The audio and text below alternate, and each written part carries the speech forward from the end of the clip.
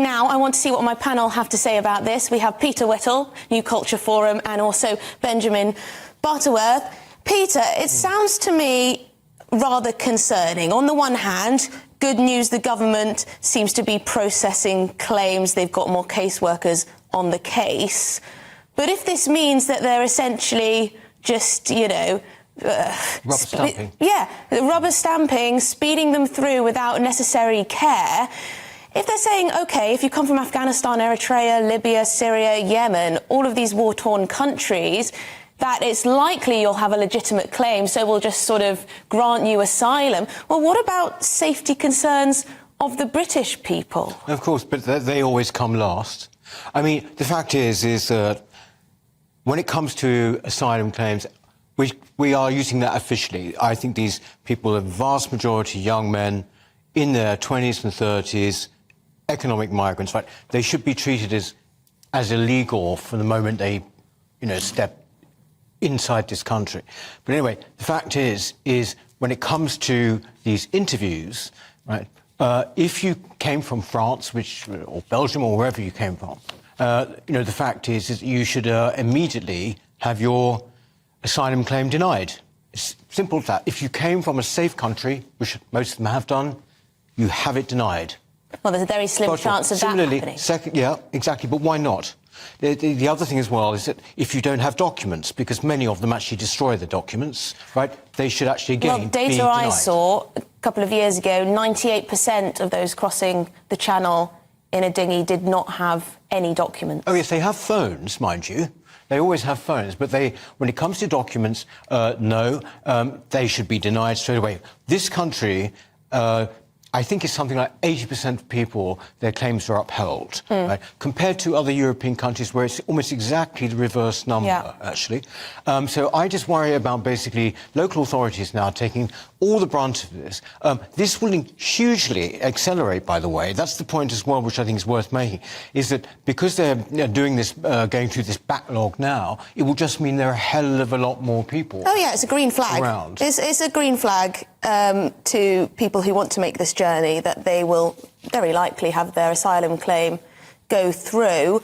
Benjamin, is Peter being heartless there? Should we be welcoming everyone and anyone who crosses in a dinghy quickly when, local authorities are already struggling to house Ukrainians? Now the Help for Homes scheme has come to an end, or Homes for Ukrainians scheme has come to an end, and also thousands of Afghans as well.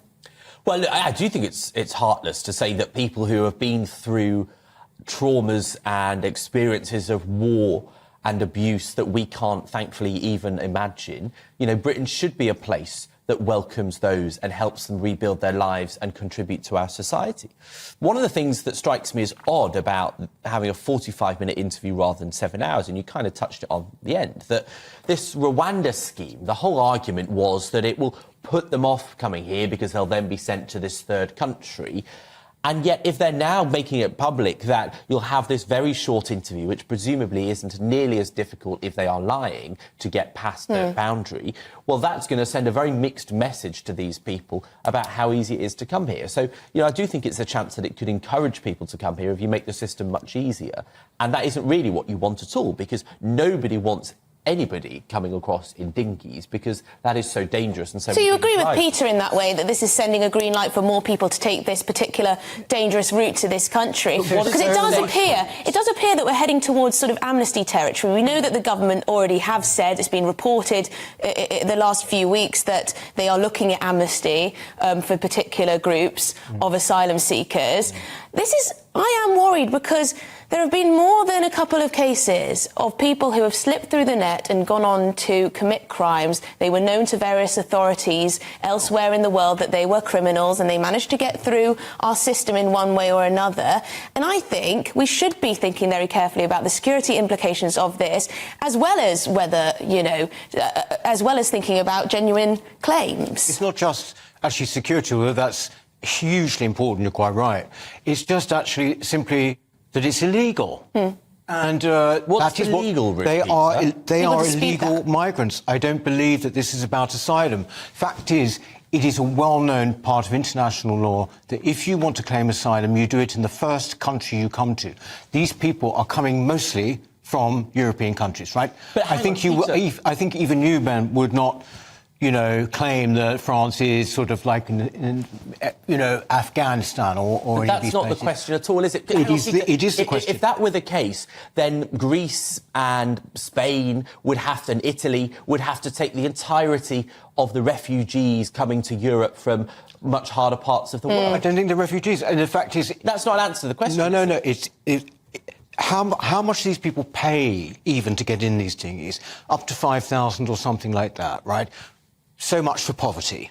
Yes, arguably it is not the most needy, and this is the problem. This is the problem. We need to be prioritising those who are most in need, and as you say, Peter, arguably, if you're paying thousands to come over in a boat, are you the most in need? But then there seem to be some people who think that anyone who's living a lesser lifestyle than those in the UK should deserve asylum, so it's very difficult.